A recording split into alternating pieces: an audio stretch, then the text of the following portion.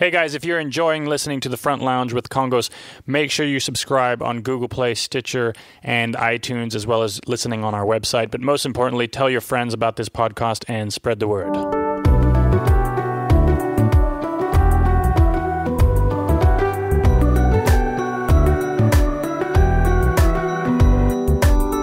Hey everybody, how's it going? Welcome back to The Front Lounge with KONGOS. Today we are going to do a special episode. We've had some great guests on the last few, and now we figured let's do one with just us four, and let's talk about something that hopefully our music fans will be interested in. We're going to do a track by track of our album Lunatic, because Lunatic was the sort of album that broke us out, and maybe we'll do, every 10 episodes we'll do something like this. So we just thought we would talk about each song and give some insights and some stories that all the interviews that we've done have not been able to pull out of us. So, before we do that, you want to do breaking news? Yeah, let's do brief breaking news. What's new? Well, Danny's trying to sell all his synths. That's the most recent news. Yeah, well, it's currently going on right now. No, I'm trying to sell a couple synths. It's been a few weeks of denial, basically, because I have an OB6, which is a modern Dave Smith Instruments polysynth, and a Moog Subsequent 37 CV, and they're really amazing. If you're going to get modern synths, they're up there with some of the best ones to get. And then we brought our dad's Jupiter 8 out to the studio here in LA, and I slowly started to realize that it just sounds better. And, specifically, Danny and I were in the studio the other day trying to get a low bass synth sound, and we're trying to replicate it on the Moog, and we weren't getting anywhere. And I don't think it was our we knew what we were doing, right? Yeah. And then we switched on the ARP Odyssey, but even that's a reissue. It's like a recreation. But it was just different because we got that sound in like 10 seconds, and it sounded exactly right. So Danny's now getting rid of it all and going all in on some vintage thing from the 60s or 70s. I've seen different theories as to it. Like they were using different alloys and bigger circuit board. They all weigh a lot, so there's a combination of things. They're both more imperfect and more perfect. They're more perfect in certain ways because they have lower noise floors, that they used more metal for all the circuitry, and then certain of their circuitries led to imperfections where all of the VCOs, which are the things which make the pitch in the synth, they kind of drift, and they drift in a nice way. So I'm not an engineer, so I can't explain why they sound better, but they just sound better. Well, you were saying, because we were looking and listening to the Yamaha CS80, is that it? Yeah. And that you'd recognize the sounds from that if you've seen Blade Runner or anything like that. A lot of those sounds are CS80 sounds. That thing weighs 200 pounds. Mm-hmm. It's a keyboard. It weighs 200 pounds, and it costs $20,000. So we're going to start a Kickstarter fund, on our podcast called Buy Danny Whatever He Wants, because I think we can actually relate this back to our childhood. When he was probably 3 years old. We would go to the grocery store with our mom or whatever, and we could not walk past the checkout aisle without him wanting to buy something. It didn't matter what it was. I think that it was mostly toy guns. Any kind of toy. It's the classic thing at a grocery store with a kid. But I think maybe Danny had that the worst. I'm by far the most a materialist. I don't know. I just speaking of used gear, I just bought some speakers. I decided that I spend probably half of my life, if you add up the hours, thinking or working on sound and caring about sound. And we spend thousands of dollars on equipment to make our records, and then at home I find myself listening to music on like a little Bluetooth boombox, and I'm like, what am I doing? I spend my whole life trying to make good sound, and then I'm listening on this little piddly thing that it doesn't reproduce the sound. So I start down the rabbit hole of looking on Craigslist and OfferUp and eBay for some vintage speakers, and that's like up at 2 a.m. just looking at vintage speakers. I have a feeling a lot of people who work in an industry like that, whether it's being a chef or a musician, they end up doing the like the antithesis of what they actually work in. So they'll go work in amazing restaurants and with all the best ingredients, and then on their way home they'll go pick up fast food or something like that, and they'll just eat shitty food. Well, like some guy who works on 70mm film, and he's color correcting for hours at a time, and then he goes home and watches TV on his iPhone. Yeah. What did David Lynch say? People like movies belong in the theater. Stop watching them on your fucking phone. He's right and he's wrong. But I've been feeling that more so now because we've been going a little bit more to see movies at the theater, and it is a nice experience with a good movie. You just forget that you actually watch it. You don't check your phone and see what's going on. The key is it being a good movie. Like, that's fine for him to say that, but they've just started making shitty movies for the past 20 years. Like, there's a way higher percentage of shitty movies that who cares what medium you watch it on, it's still crap. I don't know if that's literally true. It's just that we're living them in real time now.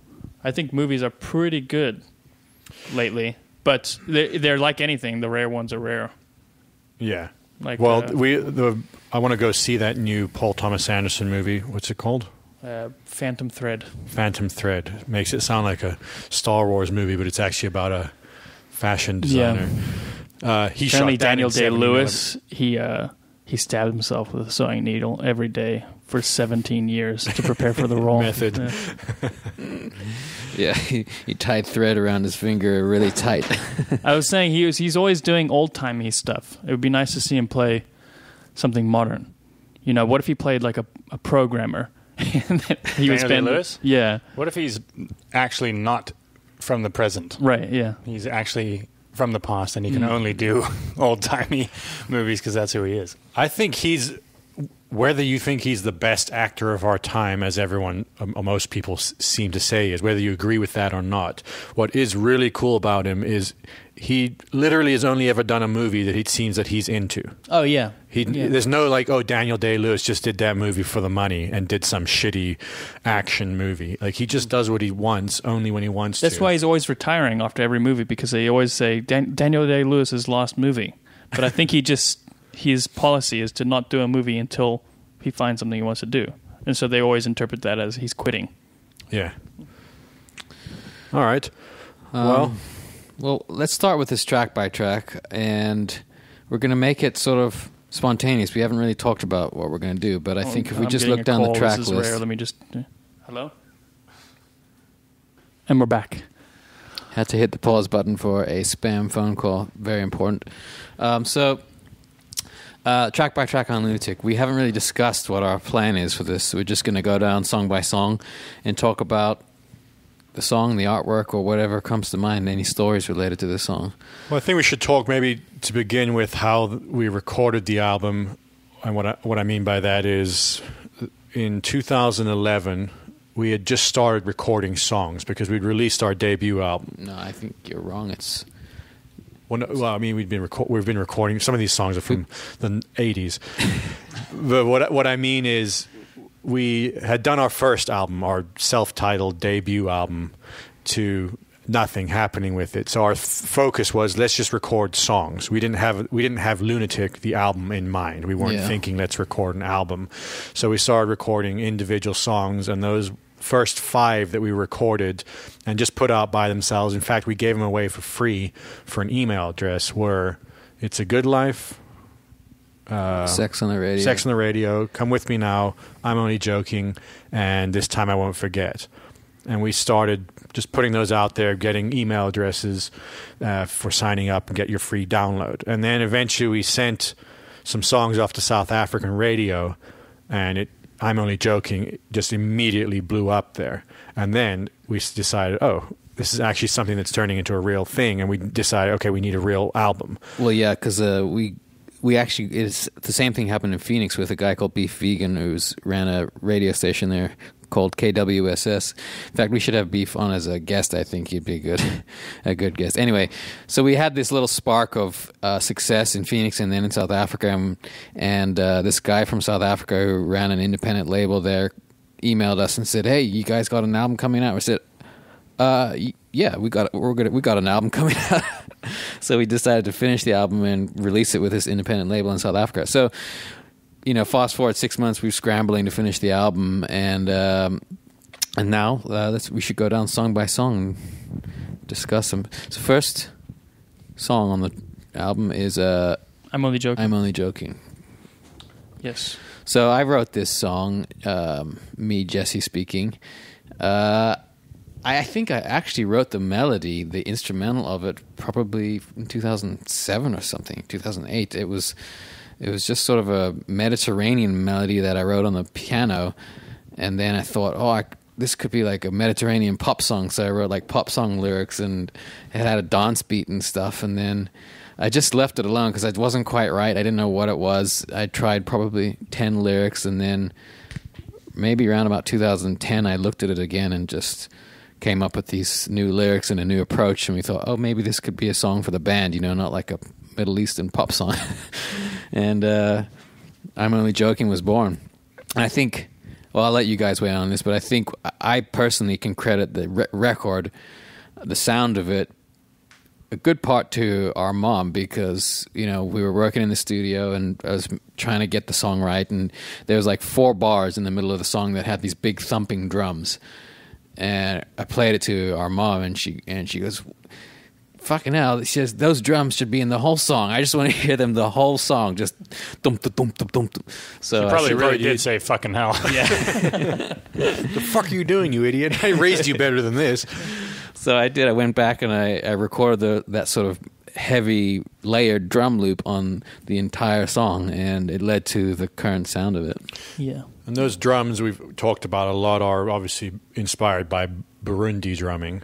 Yeah. Which we'll maybe put a link with each song on this track by track. We'll put a link with the references to some of the artwork and the lyrics on kongos.com/podcast. So go check that out. Put a link to some Burundi stuff there. Our dad had this tape. It was a cassette tape with drums from Burundi. It's a region of Africa. And their style of drumming is they would have, maybe 20, 30 guys playing in unison the exact same rhythm. So there'd be slight variance in everything that they're playing, but they're playing on these big kettle drums. And a bit like koto drumming. Yeah, the way it was recorded also, it was so loud that the microphone was distorting, everything was distorting, and then you hear it on a cassette tape, and that's distorting. So you get this sort of electric feel from these drums. The way, when distortion happens in a certain way, it's very exciting, like a distorted guitar. And so these drums are distorting, and I just remember hearing it and thinking, fuck, how do we recreate that? Yeah, funny story about that. When our dad used to mix us in the early days of touring, he always had a hard time mixing that song live, because it's particularly in the last verse section, Jesse's singing a really low octave, and you've got these booming drums happening. And Mick, our front of house, had the same kind of realization after our dad gave him the secret on how to mix that live, which was, instead of trying to turn the voice up and keep getting above these drums, turn the drums down, which sounds like a simple thing, but occasionally you don't figure out that little trick. So Mick's like, I finally got it. I can get Jesse's verse vocal to pop out over the track. So what was track 2? We're going to have to actually look at this. I bet most of us forgot. We released different versions of the album. South Africa got one track listing, and then I think the first release that we did, like we printed up ourselves, got another track listing, and then eventually when Epic put it out, it got another track listing. So for those people that are into collectibles, maybe if you find all 3 of them, I feel like the South African track listing is almost, because we had 6 or 7 top 40 singles in South Africa. We were very, very popular there at one time. But I don't know if we would say that we ordered this album necessarily musically how we would have seen it go. We kind of made some decisions that were like, let's put a lot of the bigger songs up front, because we were still trying to be discovered. We figured, when people go click down a list of songs, let's make sure we hit them with all the big ones up front. So the second song was Come With Me Now. Yes, and looking at the artwork now, I had forgotten we did this. That's fun. Well, there's a 2-dimensional man walking through these books, and on the spine of the book there's a cipher, and does that say hidden message? LOL. I think if you apply that cipher to the lyric, it says hidden message, LOL. Yeah. Right? Yeah, that was stupid. Yeah, we really had high hopes for people trying to decipher the cipher on the artwork. And they did it because remember we did the first artwork that we did for "Come With Me Now" was just the lyrics printed as a cover with certain words that. Yeah, but those were just words and letters that were highlighted in red. This was an actual cipher on the bookcase that no one actually ever figured out. And we all had high hopes that it would be a funny, when the first person that figures it out and messages us and says, "Oh, you assholes, I spent hours trying to figure this out," and then all it says is hidden message, LOL. Yep. Never happened, so now we're just having to tell people what Apparently it says. there's no Alan Turings in our listener base. So Come With Me Now, Johnny, you wrote what, 2008? Yeah, 7 or 8. I'd started, we were listening to this Kwaito music that we always talk about, which is the South African style of slowed down house music sort of thing. And I basically just had this loop going around with an accordion and drums, and that was really it. I think that for a long time that was kind of that. I knew there was something in that groove and in that accordion riff, that there was something in there, but it didn't really develop into a song for quite a while. And then eventually got a full song out of it, but it had an entire different bridge section in it that ended up being Take Me Back. And that was something all the guys here, I think particularly Jesse, said, "That's a great section and all, and I like it, but it does not belong in this song." And I fought like tooth and nail to keep that section in the song. It was like a 5-minute song, and we kind of started having this sensation that it's a commercial song, and a powerful song, and then you've got this like minute-long section that's sort of a breakdown and a melodic anthemic thing that if you listen to the chorus of Take Me Back, that originally was in Come With Me Now. And if you think of it this way, you got 2 songs for the price of one out of that suggestion. That's how prolific I am. The other thing I told you to do, and this is kind of funny, is the Far Away section was originally only 1 repeat. And I think I said, that's a strong section, you should do it twice. Yeah, it's funny you said that. A lot of people in the business or the radio side of things said we should cut that section. Yeah, well, that was the irony of it, is that I thought it was a strong section, so I said do it twice, and we eventually kind of all agreed on the format of the song. And then when the song started going to pop radio, probably 6 years later, people 8 years later. A bunch of business people or people who look at radio advertising all day long were like, "You should trim that section. I think we might lose the listener." They're freaking Neanderthals, like 6 years later, 1 million singles sold later, they say, "I think, I've got an artistic opinion about this song here. I've got a creative opinion here that might be relevant." It's kind of funny to talk about this song because obviously this is a song that we've become most known for. And I think a lot of people now think of this song as like, oh, that song. It's overplayed. It's in too many commercials. They associate it with WWE or whatever Dodge commercial they saw it in. And now it's got this certain image that's associated with that song. But in the beginning, literally everyone we played it to thought it's too weird. Like it's an accordion song with a slide solo and this weird kind of groove.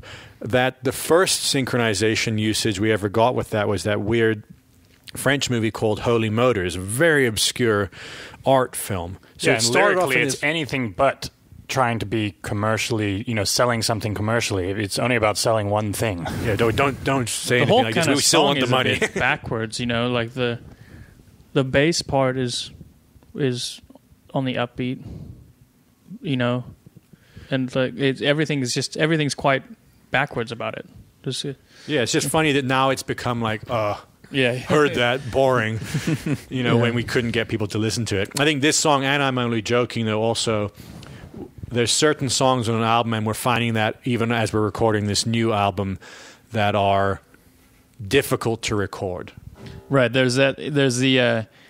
is definitely the inspiration part of songwriting, but it's very brief. It's much shorter than most people realize. It's usually at the beginning, and it's, it goes away pretty quickly, and then the rest of it is craftiness. Yeah, this one, I'm only joking, a couple more like that were just almost a grind getting the final record to squeeze out that little thing, It's like a bigger, more extreme example would be thinking that like Michelangelo was inspired the entire time he was carving whatever he was carving, David. Yeah. It's like, a lot of the time he was just like chipping rock away. Track number 3, I Want to Know. Jesse wrote this one. Jesse? Yeah, also, much older, I think, than a lot of our music sometimes takes years to get out, and I think I just had this chord sequence for many years before I actually wrote the song. I didn't know what to do with it, and it's sort of a cyclical chord sequence that just kind of loops round and round.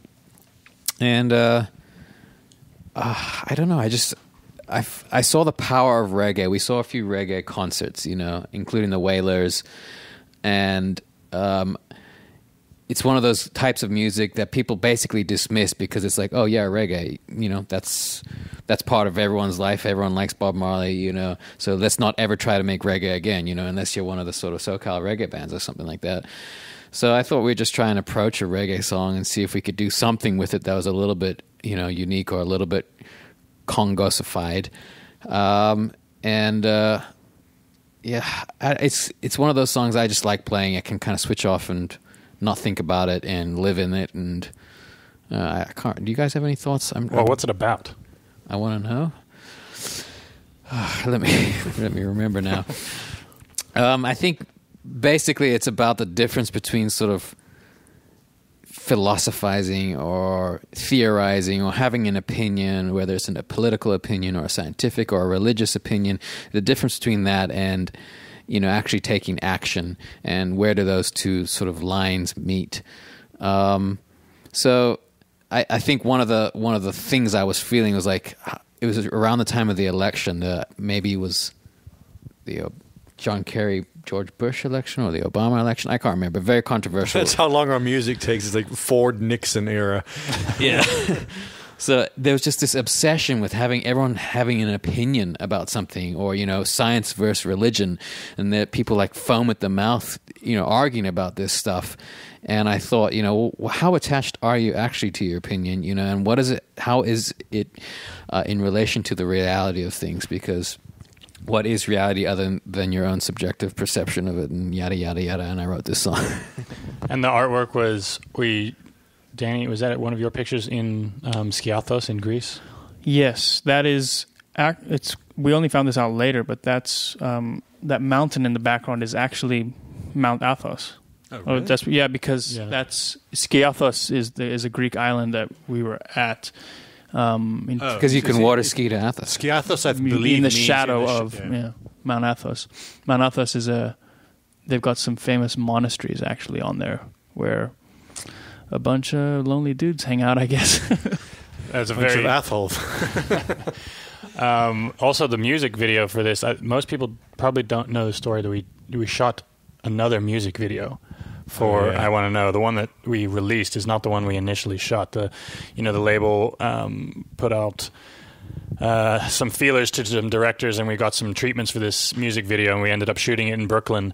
And it turned out it wasn't the director's fault or anything like that. The idea was a great idea. It kind of lined up really well with the lyric and the feel of the song, but there just was not enough money put behind from the labels for this music video to work, because it was quite a grandiose idea. And a lot of animation. Tons of animation. If you have this big grand idea but not enough money to execute it well, it turns out the way it turned out, and so we had to shelve it. And we shot it. Our parts were shot on a green screen because there was an idea that our faces would be animated and so on later. So when they send you little test clips of it, they just send you side by sides because they haven't actually done the laborious work of animating it yet. So they just send you a video of you on a green screen looking awkwardly at a camera, and then a kind of rough, 5 frames per second idea of what the animation could look like on the right, and it looks so goofy that we were thinking of releasing the video of just that.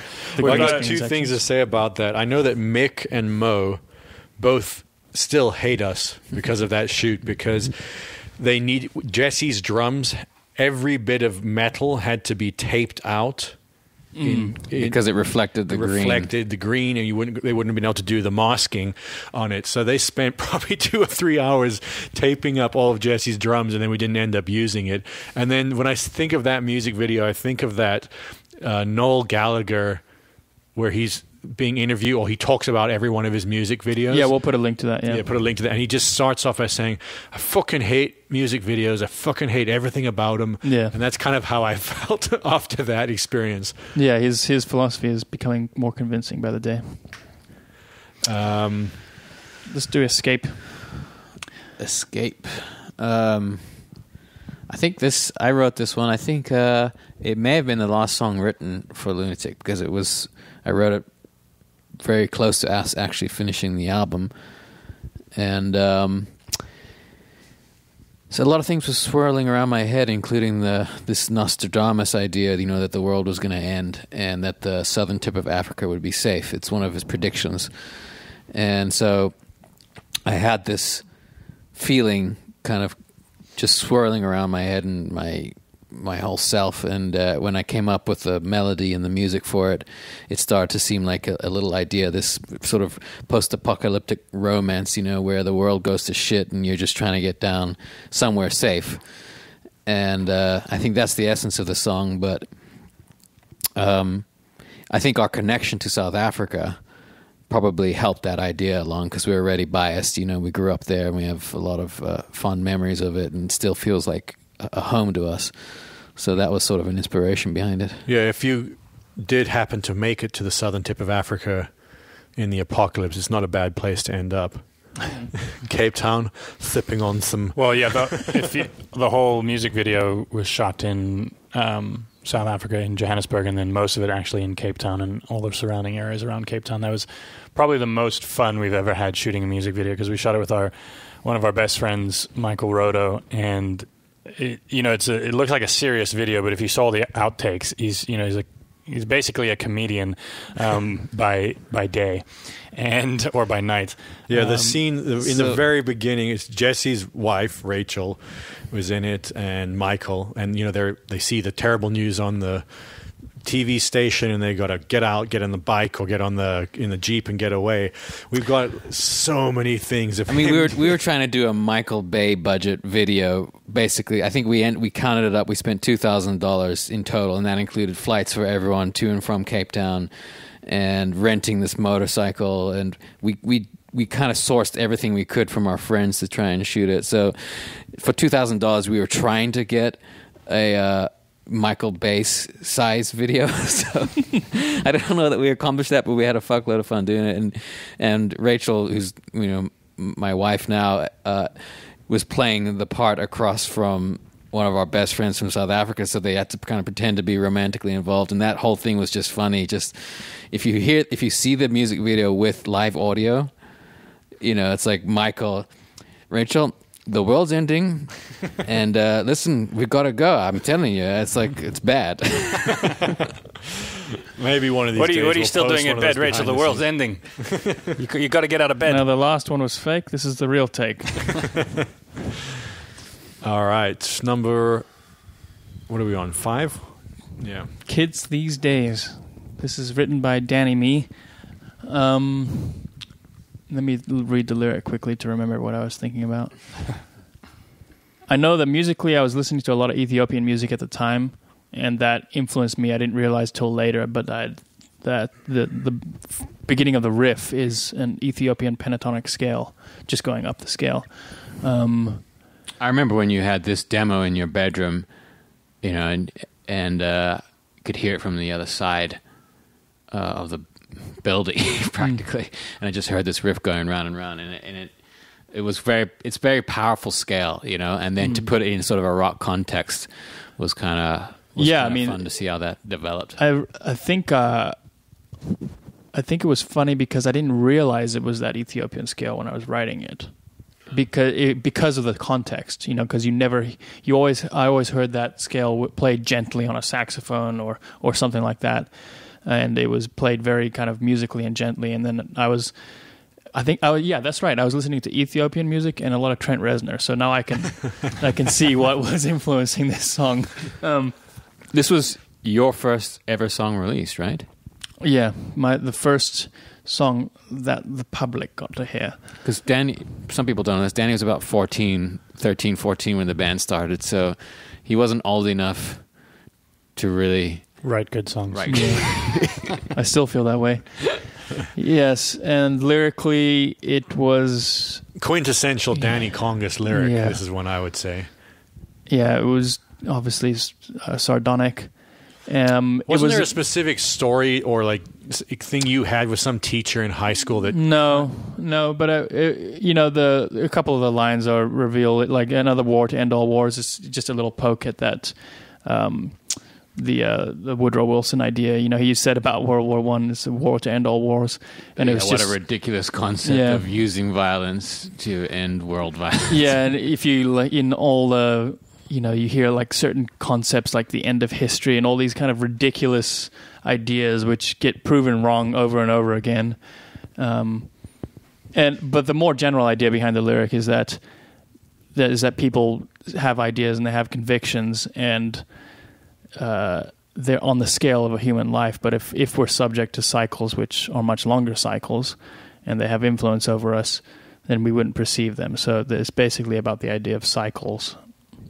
I just like it's a Spanish questionnaire. That's pretty damn funny, because especially when you actually read about the Spanish Inquisition and how horrifically it was 350 years long of just torture and murder. Yeah, and to call it a questionnaire is just funny. And the artwork, I remember we were trying to come up with something for that, and we had those three items: the hipster shoe, the tape cassette, just laying around. And because you had mentioned the tape cassette, it was just laying around the ping pong table or something like that. And we just started throwing them up in the air. And you've captured a very quintessential hipster picture. Well, when I first wrote that tape cassette line, it was not at the time that people were ironically listening to tape cassettes. So it was pre that. It was meant to encapsulate the little problem that they're all, young people have a problem with old people and old people have a problem with young people, and it never goes away. It's every single generation perceives every other generation in that way, and they always find it remarkable instead of analyzing, what is it about natural cycles that creates this oppositional position that youth and older people have towards each other.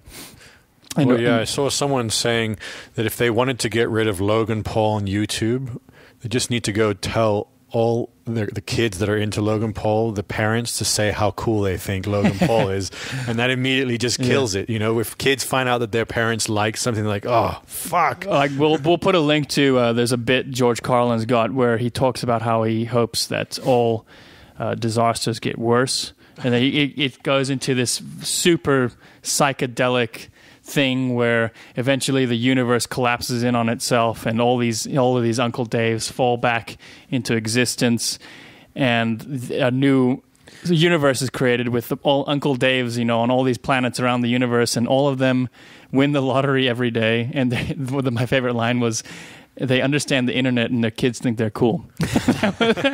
In this perfect universe that George Carlin, is sarcastically creating. And it's a brilliant, amazing bit that he did when he was 70-something. It's crazy how he was so with it at such an old age, Yeah. Well, it's because he had... completely relevant comedy. It's, what's the word for that? Irreverence. Like, it never died. I think that's one of the big things that seems to die in people as they get older, is irreverence. And it's probably for practical reasons. You get beaten down by life and you have to play the game and, work for the system. But he still, to the bitter end, I think comedians do this more so than a lot of people, just say, fuck you, I refuse to respect anything. I think that was also his act. I think his irreverence was not childish irreverence. No, he was pretty contemplative, you can tell, in his normal life. No, it's not a rebel without a cause. Right, I say it's basically not thinking that things deserve respect unless they prove respect. Yeah. And I guess that's what you're saying with, kids these days, they don't have respect. The other thing I was going to say about this song is the accordion solo. I remember how we recorded this is I drank a bunch of tequila and espresso. and went into the studio and recorded a bunch of amazing ideas that were very poorly executed. And we got the idea for the solo, not the idea to have the solo, but like we got the kind of shape the arc of it. And then I had to go in and re-record, where my fingers would respond to me correctly. Yeah, I remember that too, because initially I thought we had nothing. I was like, oh, this is not good. And then a few days later, I listened and I realized, it's great. It's just not great. It just sounds like you had too much tequila. Yeah, it's. Well, I knew that at the time because you can feel sometimes when you're playing, when the idea and the emotion or something or the feel of it is correct, right? But the execution's poor. Yeah. So let's move on to song number 6. As We Are. I wrote this one. It's a love song, I suppose. This one is, I don't think we rarely, if ever, played this. Maybe once or twice at a show. We started adding it in at the end of the Lunatic tour. Oh, that's right. Yeah, before the album came out. Yeah, yeah. I just played it a lot before the album came out. One that obviously people aren't as familiar with, and it needed more people to be familiar with it for it to be pulled off live, because it is kind of quite a long, slow build. People often aren't. At a live show, you need to be a bit more quick and to the point. I guess lyrically, what I was thinking on this song is that the concept of love just seems to be so much bigger than we are capable of really understanding in most moments. And the idea that we say this word love a lot in all kinds of things, whether it's romantic love or love of a TV show and all that. And it just seems to be a misuse of the word. Not that I think, necessarily anything needs to be sacred, but it probably would be good, at least in our own heads, to reserve certain concepts for something bigger. And I guess that's... Well, I think with any big word, something like love or God or any of these words that theoretically should have a very big, grand idea to them, and then you use the same word for, how great this hot dog was, same word you use for, I love my wife or my family member or something like that, If you use the same word for hot dog and that, then... This is the Eddie Izzard bit. Yeah. Eddie Izzard, this British cross-dressing comedian who has this whole bit about the word awesome. And he's saying, we use the word awesome. It literally means like awe-inspiring. You can't speak. There are no words to describe it. And he acts out this whole event of the moon landing. And they ask him from Houston. They say, "Well, how is it up there?" And he's saying, "Well, it's awesome." And the people down in the Houston center say, "Awesome? You mean like a hot dog?" Yeah, he's previously described an awesome hot dog. Yeah. He's one of the most brilliant comedians. What did he described himself as a action transvestite. Yeah, running, jumping, climbing trees. Yeah. Yeah, he's hysterical. If you haven't seen his act, you should definitely go check him out. There's not much more. I guess As We Are has got what I like about it is the multi-layered accordions that we did to get a lot of those pads. It sounds very like you should hear it on the Scottish Highlands or something, almost bagpipey. In the instrumental melody that's played towards the beginning or the end. I can't remember. I haven't heard that song in like 6 years. Anyone else got thoughts on that? Well, you could just talk about the artwork, the Vitruvian Man upside down. I think it's Danny came up with this. We were actually... Yeah, we decided I drew that.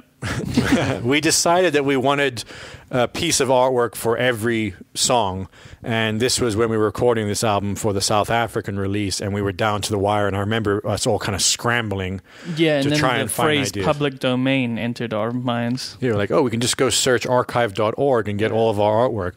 But Danny obviously just discovered or said, what about Leonardo da Vinci's Vitruvian Man? Because... Upside down. Yeah, upside down. It basically just relates to the lyrical idea that of as we are, like we cannot reach that far, meaning that we are potentially this being that is perhaps capable of love in the greatest sense of the world, but we are upside down or twisted around and not acting to our full potential. And that Da Vinci painting or a drawing kind of perfectly describes that when you turn it upside down. Right. I think the power of this lyric for me is addressing the presumption that you can even love. You know, it's taken for granted that everybody just takes for granted that, yes, that's something you can do. And when in reality, maybe it's not something which is instantly available. Maybe it requires some assembling of yourself before you can express it. Yeah. Man, this is deep thoughts. Let's talk about sex on the radio. Well, yeah, I mean this song is actually about a very similar idea. It must have been in the ether while we were writing a lot of these songs. It's really a similar idea about constantly seeking instant gratification, where even if you have the impulse for a bigger emotion, that you don't necessarily have the energy or the attention span to try to create it or feel it or express it or experience it. And I think I really like Howard Stern. I think he's an awesome like a hot dog interviewer and radio host. But I was listening one day, and I think he just had a porn star or a stripper on or something like that, and she was masturbating with the microphone. That's from the movie. That's from or was it the movie? I know, but I think. Oh no, that's the speaker. Yeah, he's done it a few times. Anyways, I was listening to Howard Stern, and it just kind of hit me. I was like, this is ridiculous to be listening to this on the radio. It's like you're not even watching it. You're just listening to it on the radio. And that was just the inspiration for the name of the song. But then the idea kind of developed from there. And also musically, it was just also in that same kind of kwaito mixed with maskandi groove and rhythm. I remember when we were getting close to finishing the recording. And literally like 1 month before we were going to put it out, Good Charlotte came out with a song called Sex on the Radio. And we saw that and we're like, fuck, they're going to think we copied them. Didn't you have a hard time recording the choruses on this? Because it's so high. Yeah, I think I got them at the time in the demo. And then for months after that, tried doing it. And it was just too high to hit really well. I think we ended up using the demo vocals, which we do a lot on. Yeah, that's something we've been learning is record the demo stuff well, because you're going to end up using it anyway. Yeah.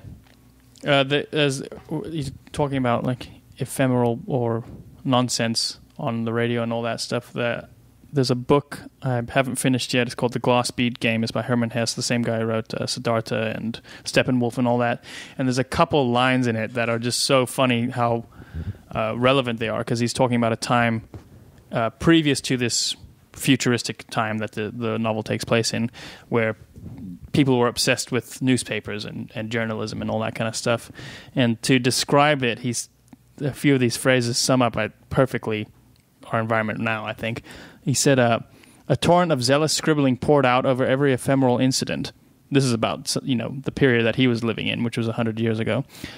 And they struggled through a deluge of isolated cultural facts and fragments of knowledge, robbed of all meaning. I was reading that. Check the Twitter trending tabs.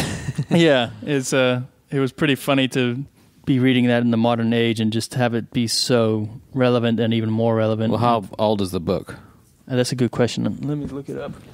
There's a reason, and I think we put those two songs next to each other for that reason. They were basically talking about very similar ideas. 1943 it was published. So 1943, he's literally talking about the Twitter sphere.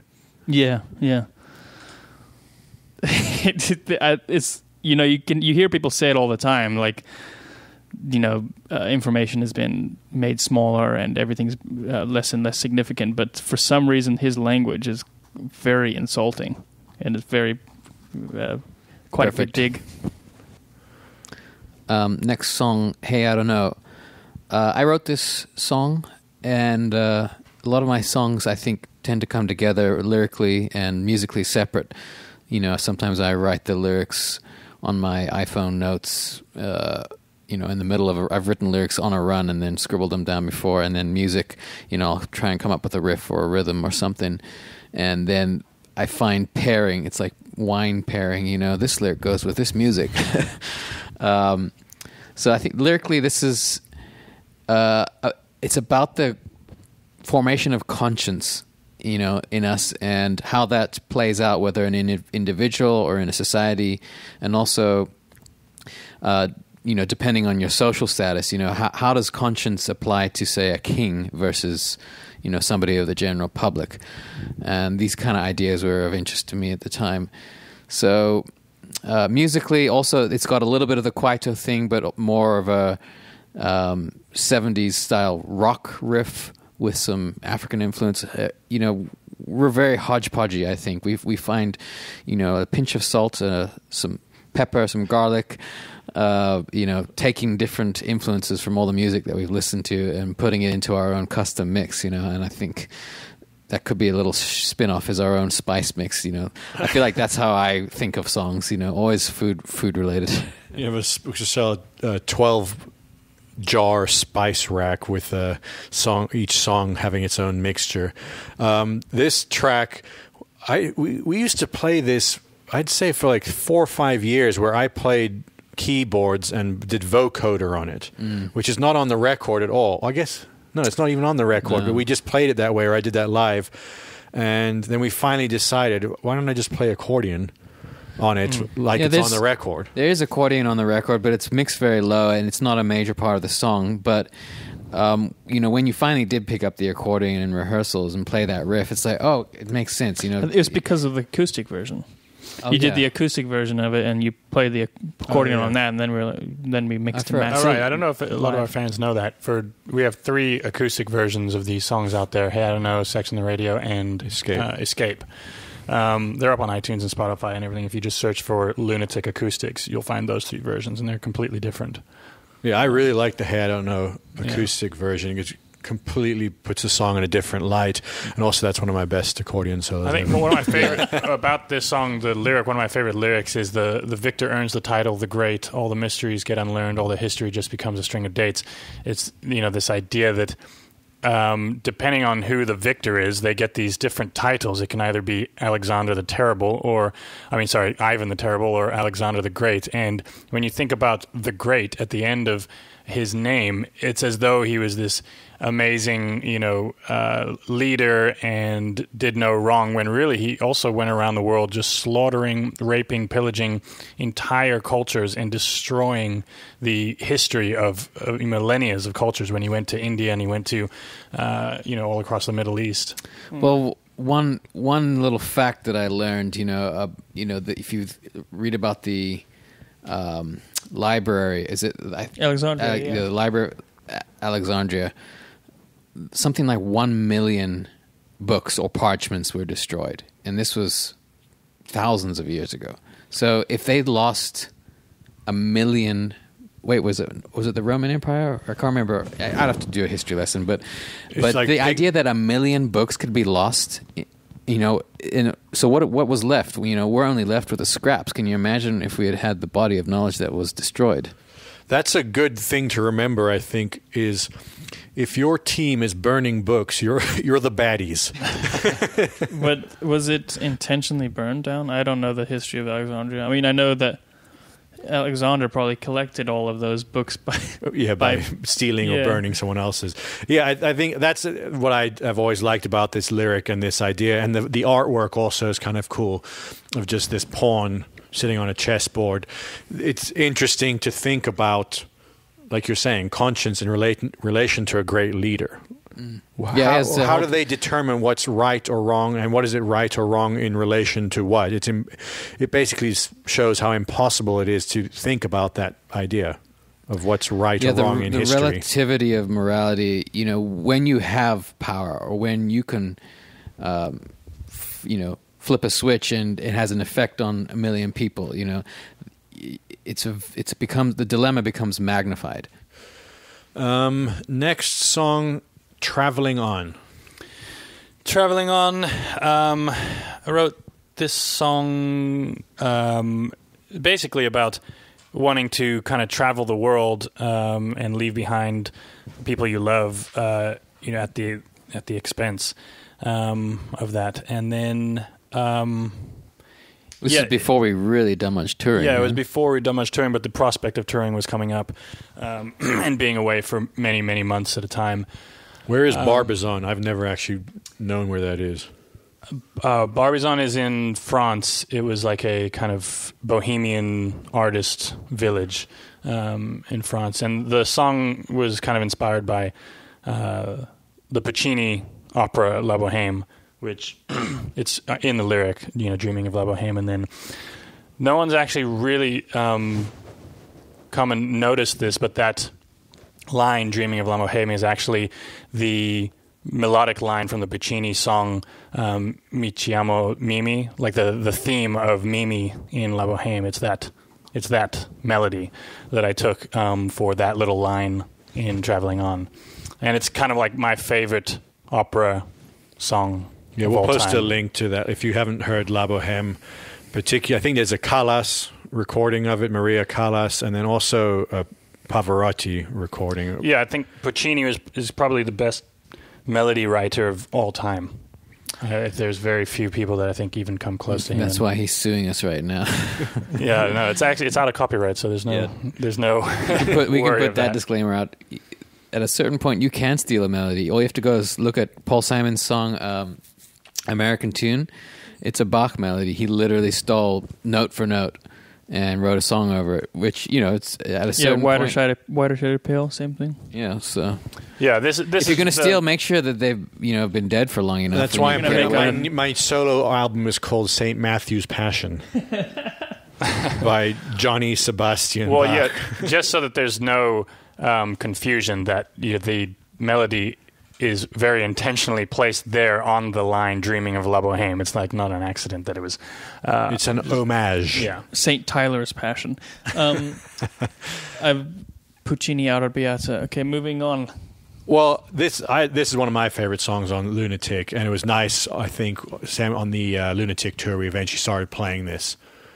And it took me a long time I had the chords written down on my keyboard because I couldn't remember them because we'd never really been playing it. So I had them written out on my keyboard on stage. The music video also, back then and still constantly, we're trying to do music videos on the cheap. And this was the cheapest one. It cost us nothing because the public domain idea was also in our head. So I just went and searched archive.org for all of Thomas Edison's footage from the early 1900s, late 1800s. He went around the world filming all sorts of cultural events and like the World Fair. Yeah, the World Fair, all sorts of interesting things from different cities and different cultures, and it was all up there for free, and you can go look at it. It's pretty amazing footage. I think some of the oldest footage goes back to like in the 1880s or 1890s.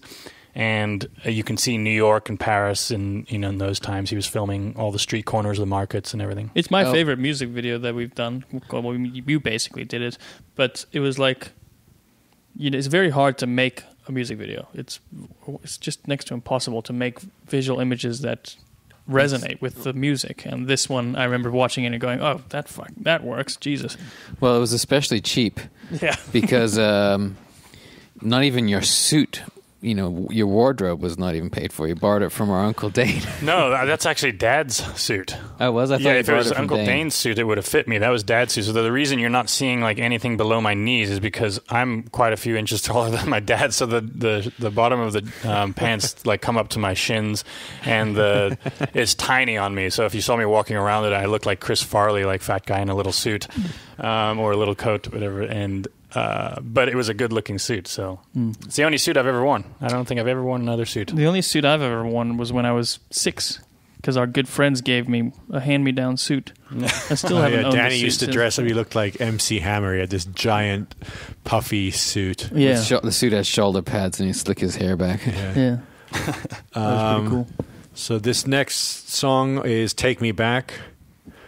This is the one I was saying I wrote. It was the bridge in "Come With Me Now" originally.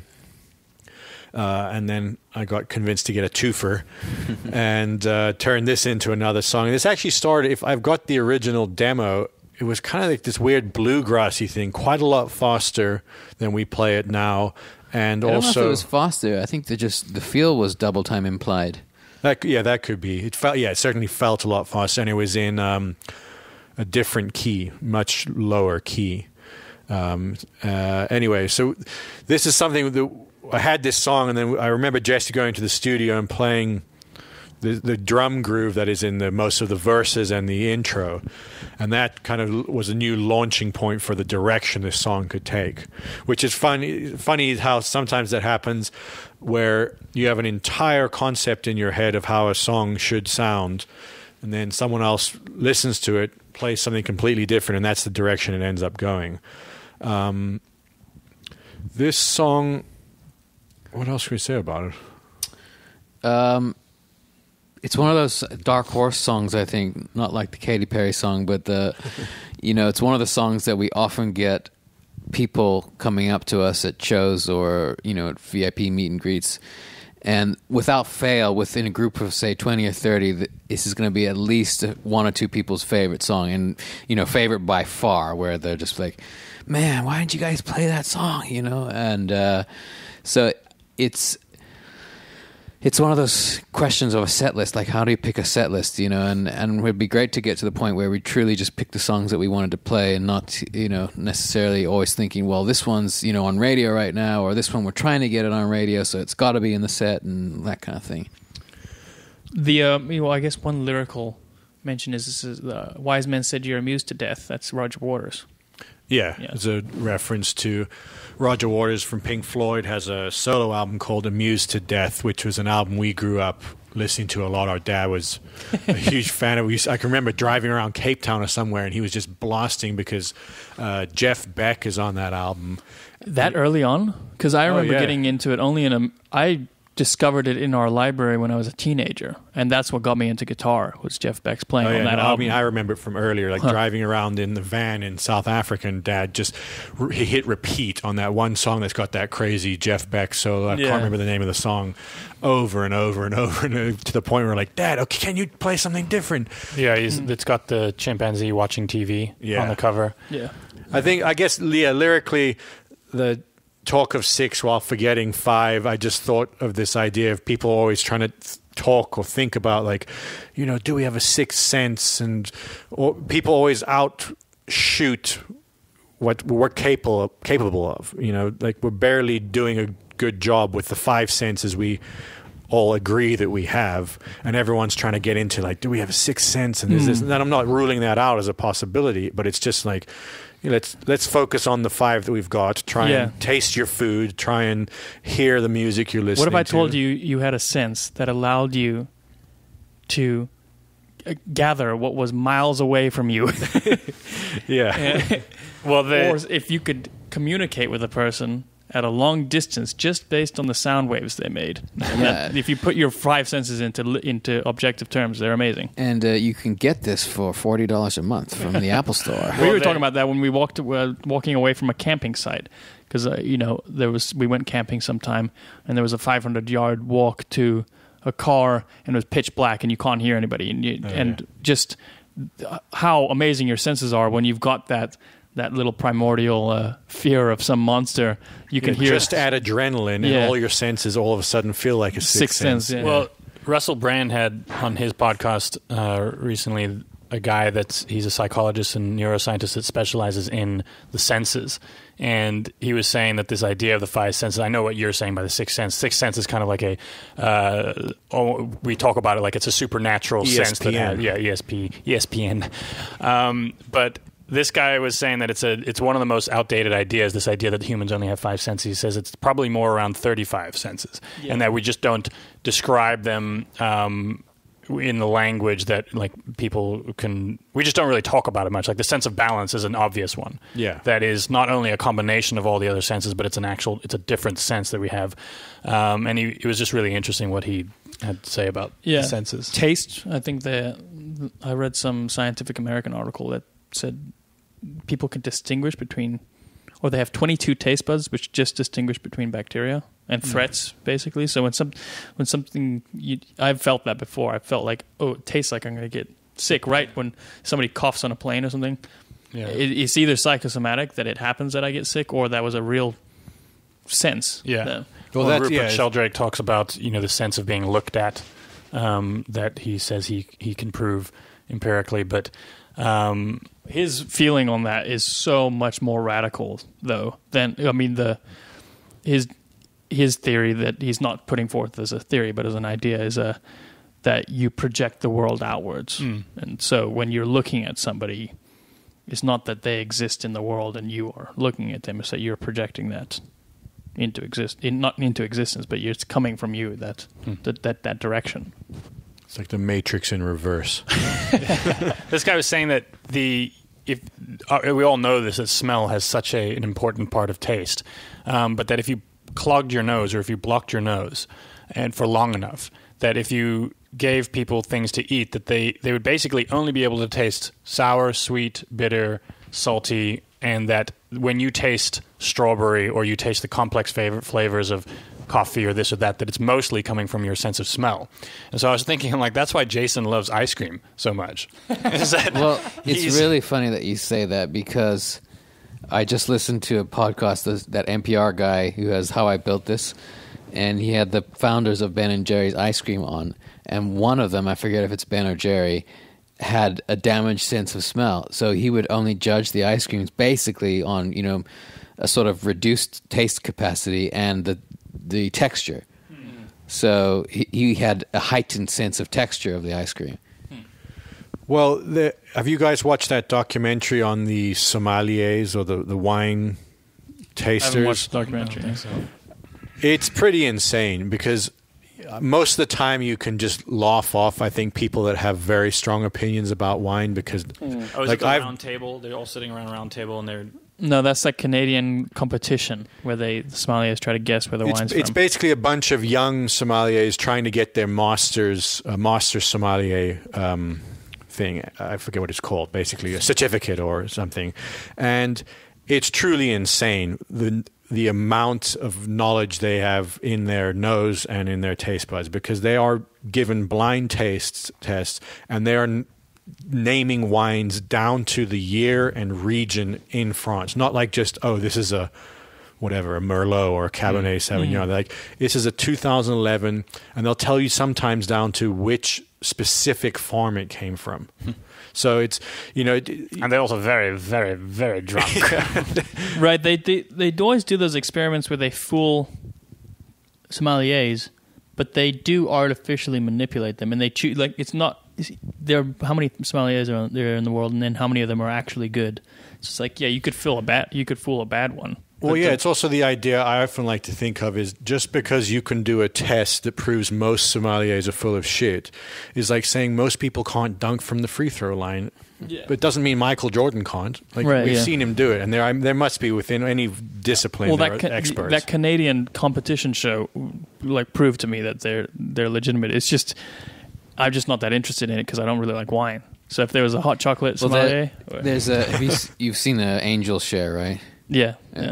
So we should put a link to that. It's a great movie. Kind of a small movie from Scotland, made by this guy Ken Loach, who we really like his films, and it's about Scotch tasting, and it's kind of a fun story about that. It takes how seriously a similar sort of story where they can tell exactly, the year, the sort of style, or the distillery and all that. Yeah, I have no idea that I'm one of those, because I've several times blind taste tested myself on my own scotches that I know and like, and I've never once gotten it right.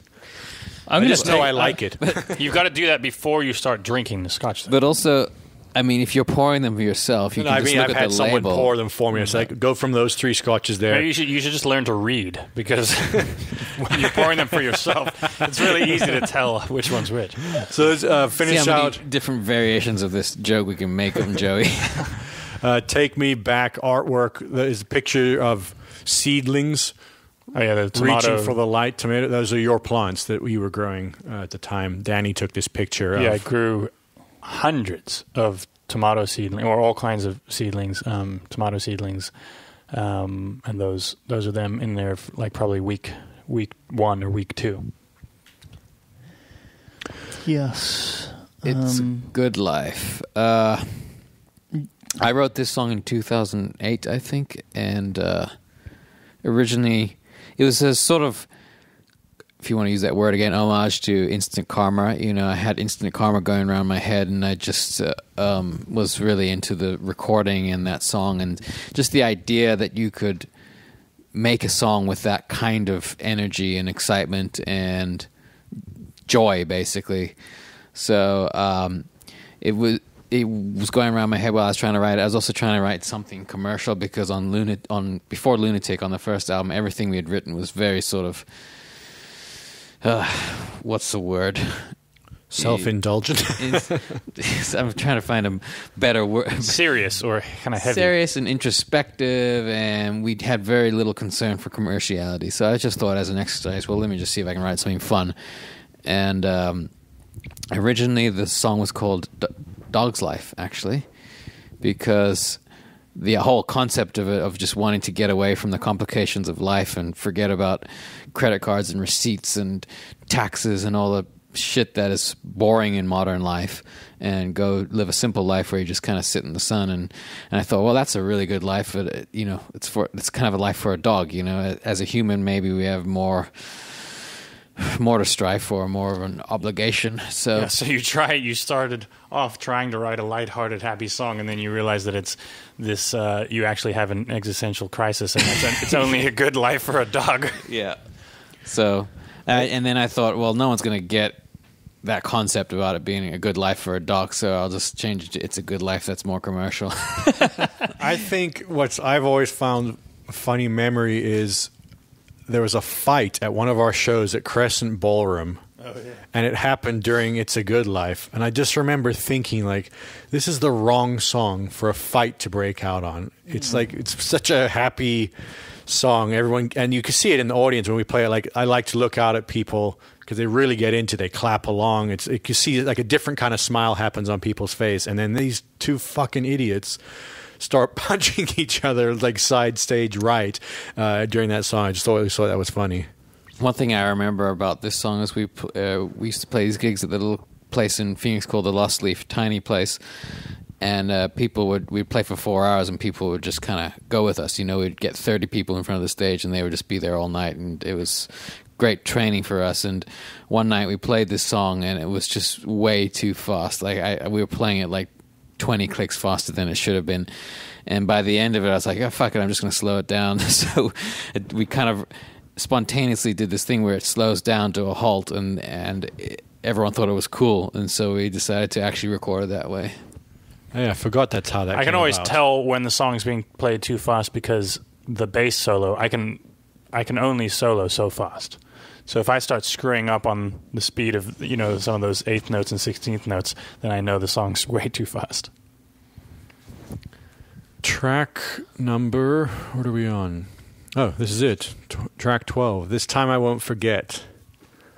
I wrote this one, and I think we had talked about this before on a previous podcast, that Jesse didn't like the chorus lyric, but I finally got him to like it.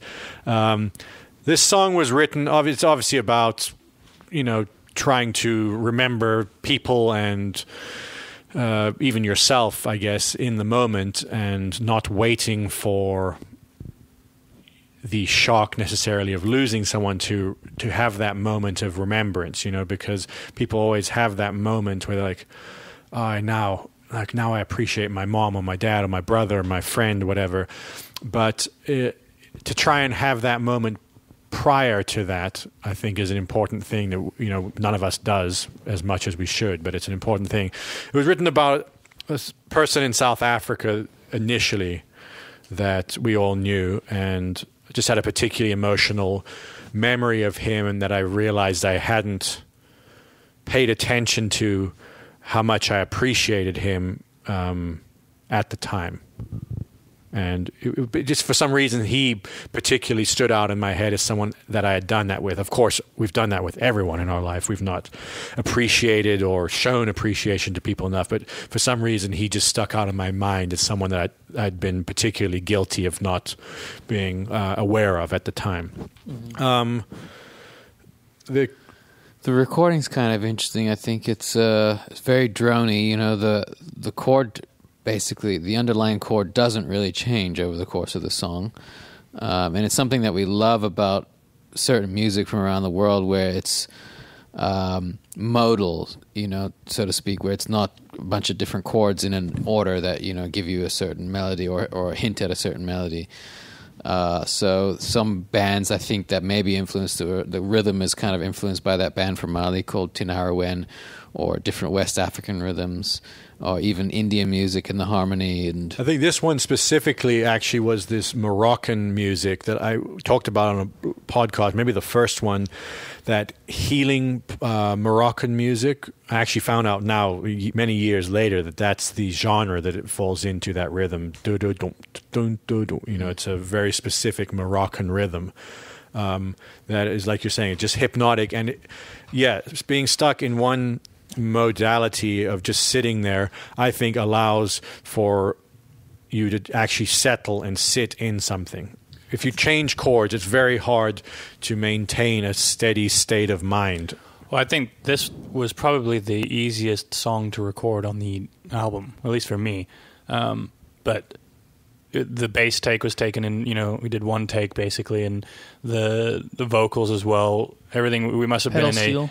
The pedal steel solo. Everything we were kind of in a good flow state, and everything we recorded everything in like the first or second take and said, keep it. So probably one of the very few times we've ever done that.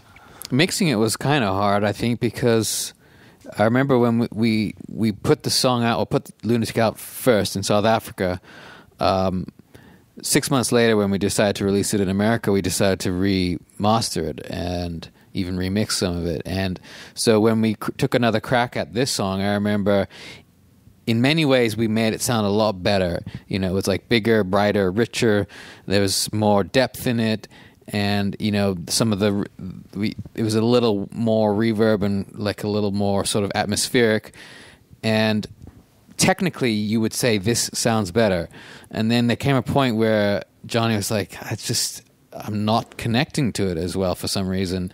And I think we basically decided that the first mix had a certain intimacy to it. And then we tried to get back to that, basically, you know, remove some of the atmosphere and make it feel like you're right there with the band. Yeah, I remember that now. And actually, even the first time around, a funny thing when we were mastering a lot of these records and we're using this analog gear that's got tubes in it, is those tubes heat up, and over time the sound changes.